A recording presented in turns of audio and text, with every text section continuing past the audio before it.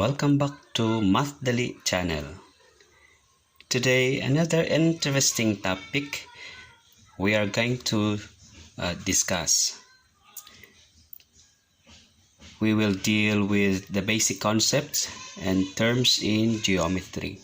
In short, we will be discussing the undefined terms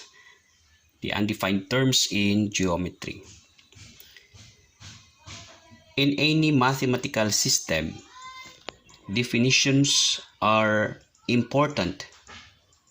Elements and objects must be defined precisely. However, there are some terms or objects that are the primitive building blocks of the system and hence cannot be defined independently and of other objects. In geometry, these are the point, the line, and a plane, as well as the space. There are also relationships like between that are not formally defined but are merely described or illustrated. In Euclidean geometry, the geometric terms point, line, and plane are the undefined terms. These are considered the undefined terms under the Euclidean geometry. Why undefined terms? Because these are merely mental concepts or ideas. However, we can use concrete objects around us to represent these ideas, and thus these undefined terms can only be described.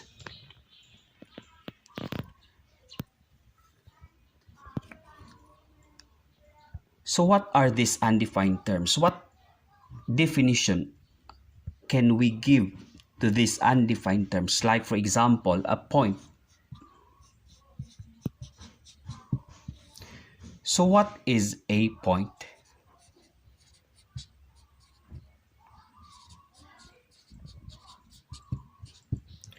What is a point? A point suggests an exact location in space. A point has no dimension, and we can use a capital letter to name a point or to denote a point. For example,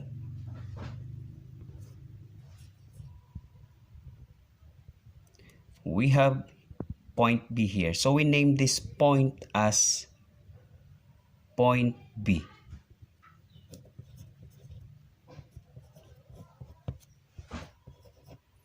We name this point as point B. Or you can use any letter to represent or to denote a point. For example, you have here point Z. Or you name this point as point Z. Point C, point D, etc. So those are the points or the letters that you can represent a point. Another, we have a line. So a line is a set. A line is a set.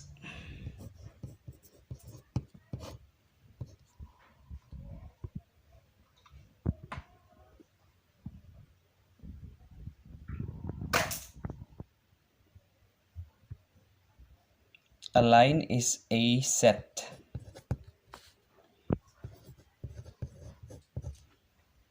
It's a set of points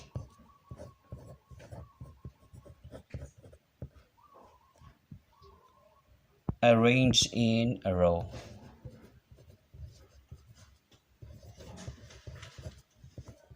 Arranged in a row.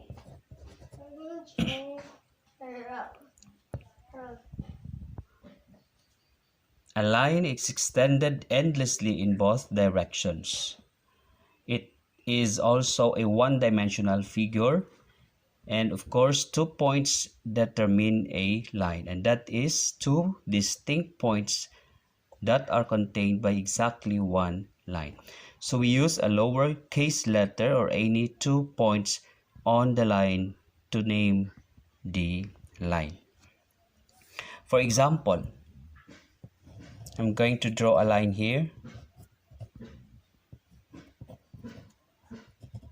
So a line has endless endpoints.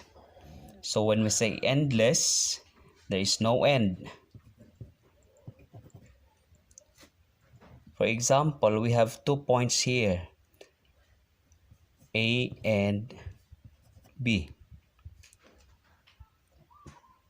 So this line can be named by the points located in a line. So we name this point a line as line A, B. Or you have line BA or line AB. So this is the symbol for a line. Another.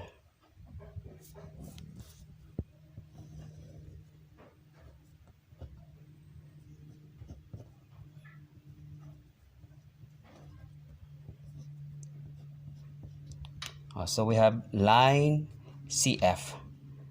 So we can denote this or name this line as line CF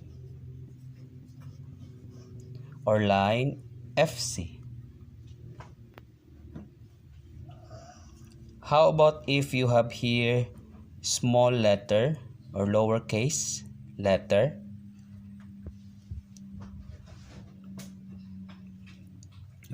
Example, here we have small letter. So we can also name this line as line M. You can name this line as line M. So that's it. So again, we can use lowercase letter to name our line, or you can name it with the points associated in your line. So that is the definition or the meaning of a line. Next, we'll proceed to a plane. What is a plane? A plane is a set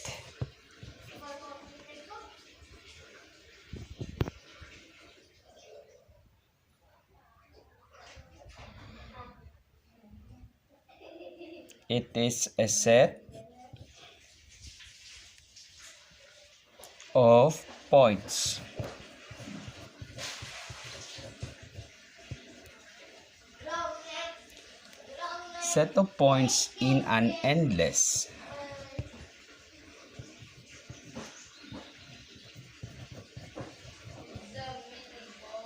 flat surface.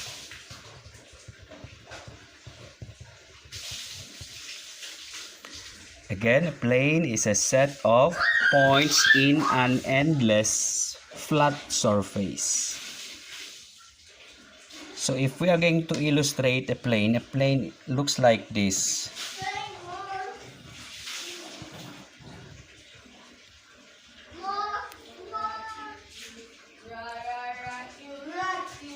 Okay, so this is an example of a plane. And in a plane, or we can name a plane using a letter associated in the plane. So like for example, letter P here is denoted in this plane. So we name this plane as plane P. And we can find points. For example,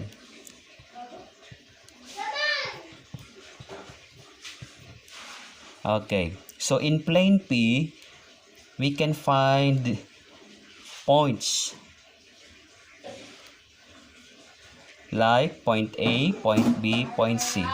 In short, point A, point B, and point C are found in plane P. So the following determine a plane. First, 3 non-collinear points. Second, 2 intersecting lines. Third, two parallel lines. And fourth, line and a point not on the line. So these are the things that can be determined a plane. We use a lowercase letter, two or three letter or 3 points on the plane to name the plane. So not only four but also 3 points can determine a plane.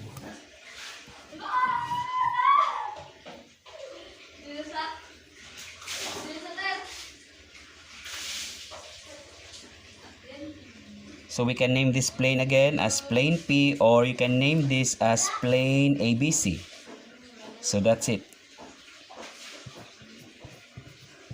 Plane ABC, or you have plane P. So I hope you guys learned about these 3 undefined terms in geometry. So what would be the best representations of these 3 undefined terms? For example, an electric wire. An electric wire can represent a line. What about a wall? A blackboard. So wall and blackboard are best representation of a plane. What about tip of your ball pen? The laser. So these things can be represent a point.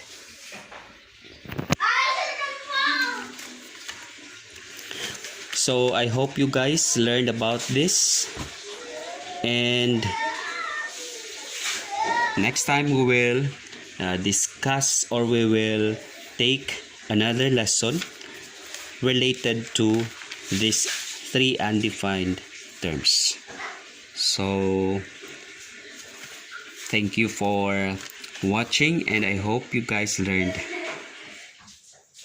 about our discussion.